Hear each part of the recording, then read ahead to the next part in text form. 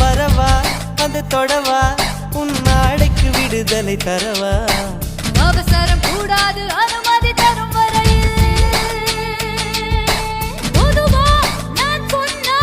நீ சொன்னபடி கேட்கும் சாது இது போன்ற விஷயத்தில் உன் பேச்சு உதவாது மெல்ல